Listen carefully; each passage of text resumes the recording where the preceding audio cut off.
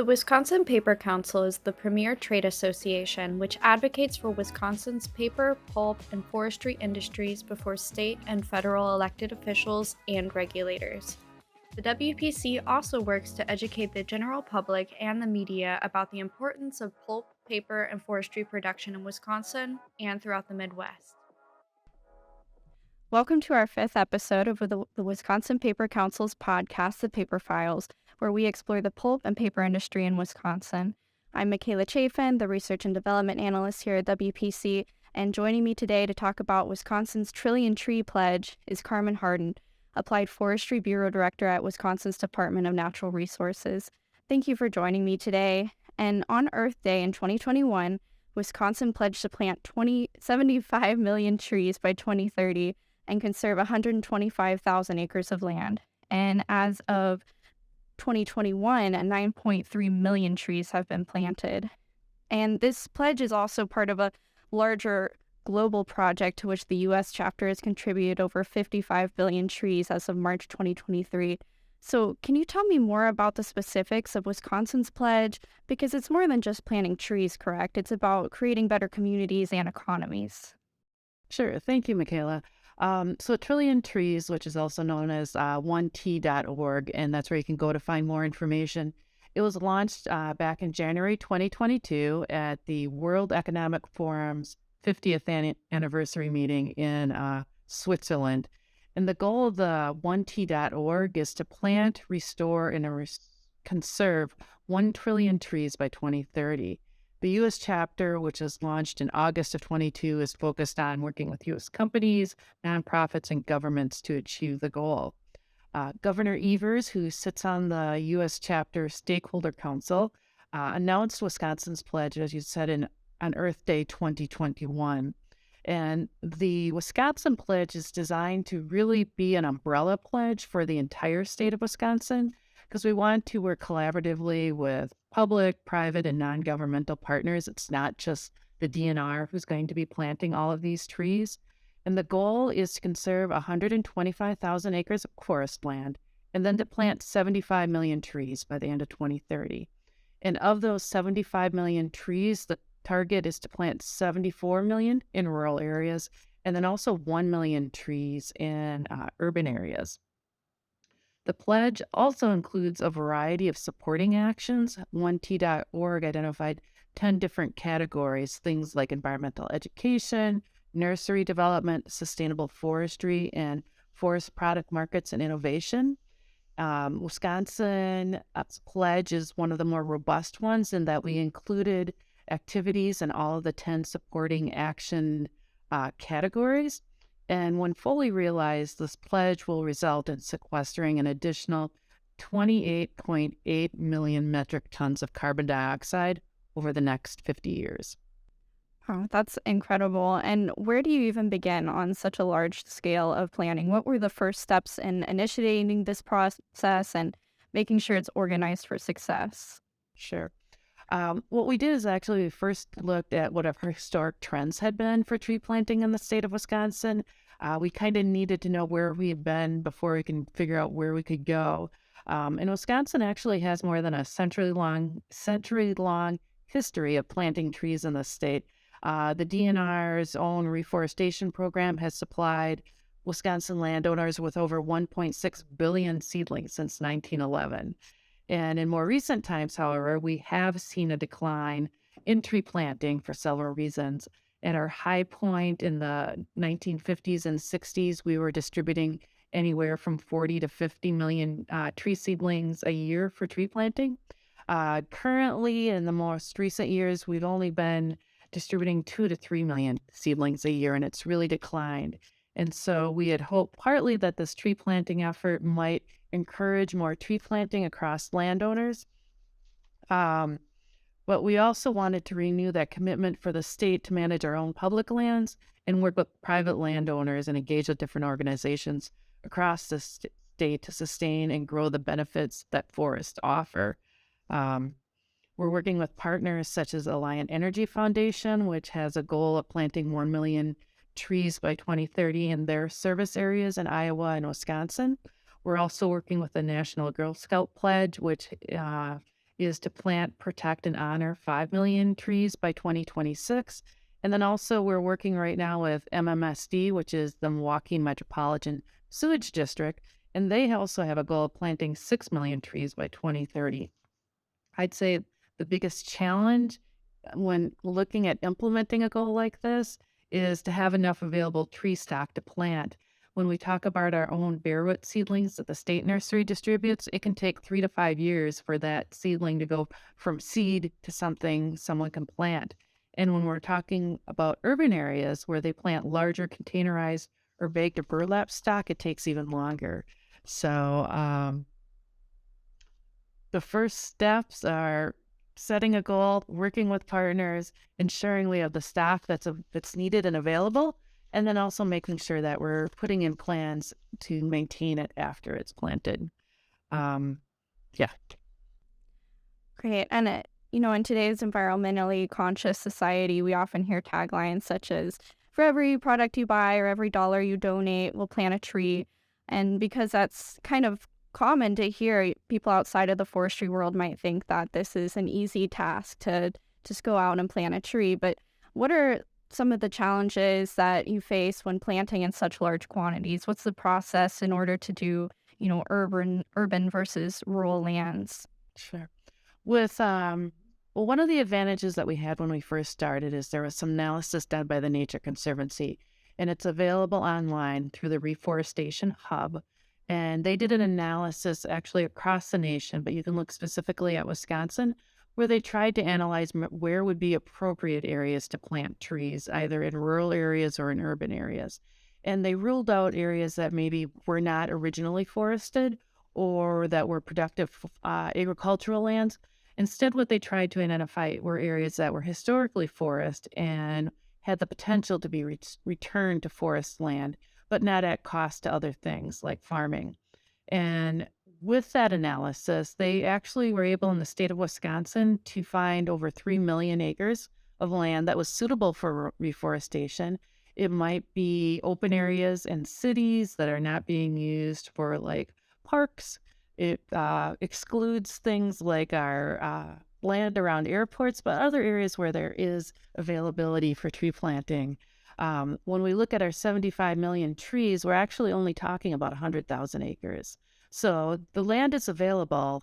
We need to work with landowners and others to encourage them to plant trees and maintain those trees. Historically, at the DNR, we have had experience with customers or companies that have donated funds to the state of Wisconsin for tree plantings. It may be to offset carbon emissions or other things like that. And we have dedicated gift funds from private companies, or we have a general Forest for the Future gift account that people can donate to, and that'll support tree planting on state lands.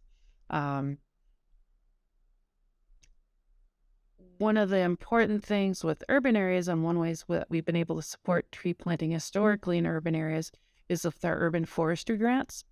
And those are grants that go to local communities to help them do tree inventories so they can identify what trees they currently have and where they are, identify areas that could be planted.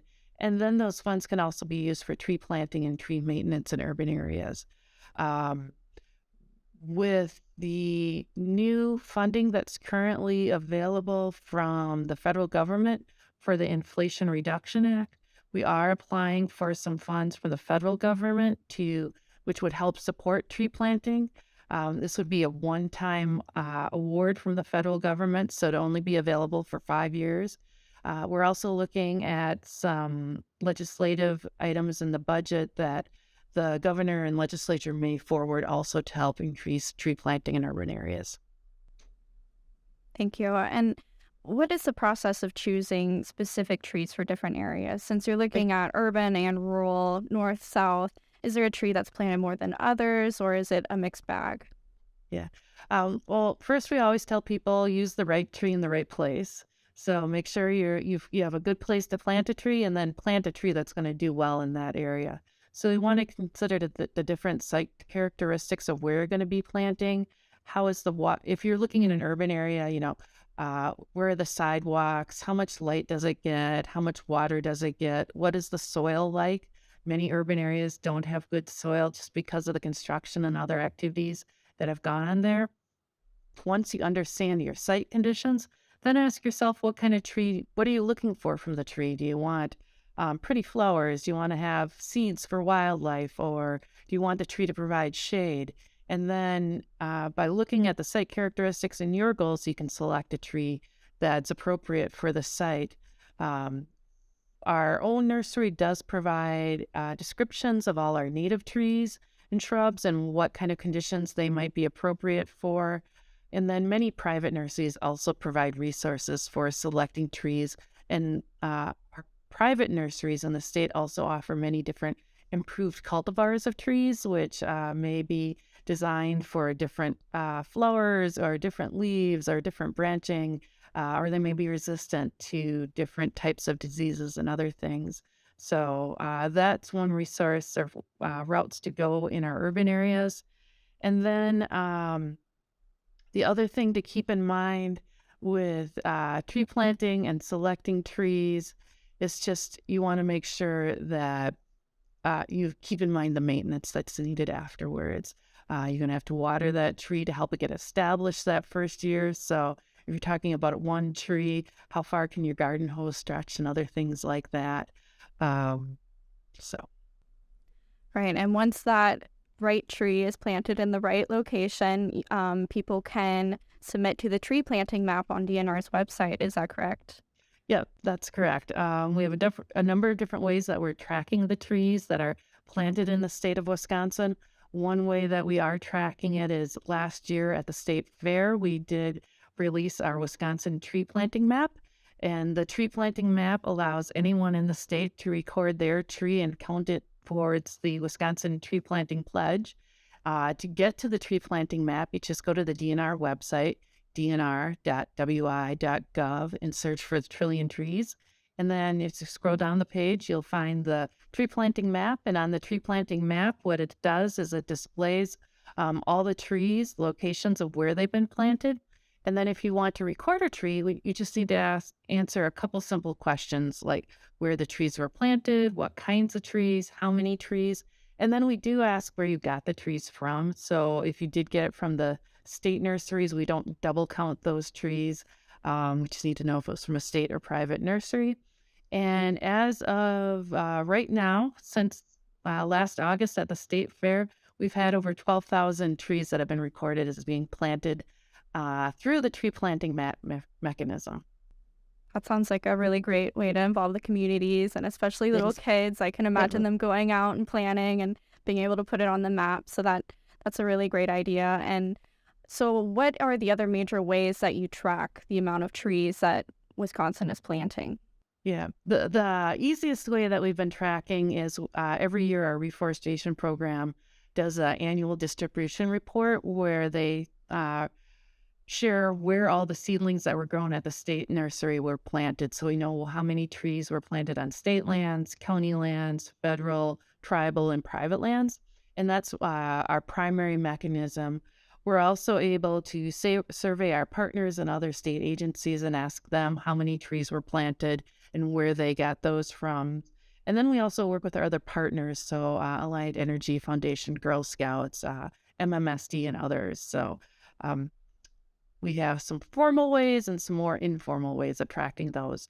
Then every year we will be doing an annual report where we record the accomplishments for the previous year towards the tree planting pledge. And as you mentioned at the start, on Earth Day, Governor Evers will report the accomplishments of 2022. Great. And you mentioned your partners. Are there other ways that people and businesses can support this pledge? Well, the quickest and easiest way is probably just to simply plant a tree and then record it on the tree planting map. But we also have a number of other ways that groups and organizations, companies can participate in the tree planting pledge. If they would like to formally partner with the state, we have kind of a suite of options of activities that they can do to help support the pledge. With those that are interested in doing tree plantings, and if they want to get the seedlings from the state nursery, which can be planted for conservation purposes. We have been doing MOUs with those organizations just to help us plan for how many seedlings we're going to need to grow for each year. Uh, but it can also be different things like hosting a tree planting or having an educational seminar or articles in the newsletter so they don't have to necessarily plant a tree. There are other ways that they can support the tree planting pledge in Wisconsin. And I'm more than happy if anybody wants to contact with me to be a partner in the pledge. We can certainly work together on that. Thank you. And on the U.S. pledge list, there are a few states and cities involved, but would you say that this task is something that most states would be capable of getting involved in? Are there challenges that, Wisconsin is specifically good at planting trees so that we're able to do this easily, or are there things that would make this difficult for everyone to join in? I would say it's not a difficult process, but it is a commitment. I'd say here in Wisconsin, we're very fortunate with our support for the forestry program across the forestry community in the state of Wisconsin. And so that is one thing that I think helps support the state in uh, developing its tree planting pledge. Um, Another thing to keep in mind is if you're going to do a commitment and do a pledge, there is the annual reporting that's required, as I mentioned. 1T org does have a number of work groups which have been formed to help support businesses and organizations that have made pledges. There's work groups, for instance, such as reforestation in nurseries. There's another one looking at urban forestry. There's one looking at carbon financing. So there's a number of different ways that the 1T org foundation also helps support those who have made pledge commitments. But another important thing to remember is that the pledge itself doesn't have to be for planting trees. It can be for other activities such as providing technical assistance or financial assistance to tree planting. Thank you. And you've mentioned a couple times the rural versus urban tree planting. And on DNR's website, it says that by planting in urban areas and urban settings, it helps to address inequity in communities. And what about urban tree canopies provides benefits to communities, especially to underserved communities? There's been a lot of work done over the last couple years, and they've recognized that there's something called tree equity. And in most U.S. cities, the distribution of tree canopy, so if you look where trees are growing and planted, it's often disproportionately seen in higher income areas. You see more trees. And so part of the Wisconsin's pledge is to address some of that inequity because there's a variety of trees. There's a variety of benefits that trees offer to residential areas. It could be everything from improving tree quality or air quality and public health, reducing heat and heat illnesses. So heat island impacts are something that you see referred to quite a bit in urban areas, and trees can help reduce those heat island impacts. It can also then lower utility bills, improve water quality, reduce flooding, stormwater benefits. So there's a wide variety of benefits that trees can provide in urban areas as well as rural areas. That's just another way to encourage people to plant trees. So, what has been your favorite thing to come out of this pledge so far? I'd say my favorite thing so far has just been how excited everyone has been about planting trees. Whether it's working with the Girl Scouts and having them out there learning about trees and why trees are important, or working with different organizations and finding out how trees can complement their missions and how we can work with them to see the benefits of trees across a wide variety of areas. So, I haven't had anyone tell me they don't want to plant a tree. It's something that everyone can agree about and get excited about, and it's nice when people are excited about the work you do. Well, thank you so much for speaking with me today and for telling us more about Wisconsin's Trillion Trees Pledge. And if you want to learn more about the pledge, you can visit the Wisconsin Department of Natural Resources website under the forestry category. And DNR also has helpful and interesting content throughout their website to explore while you're there. I'll add more links in the video or podcast description. Thank you for listening to our podcast. Thank you for listening. For more information on the paper industry or the Wisconsin Paper Council, please visit www.wipaper.org. WPC members have access to special events, newsletters, committees, and more.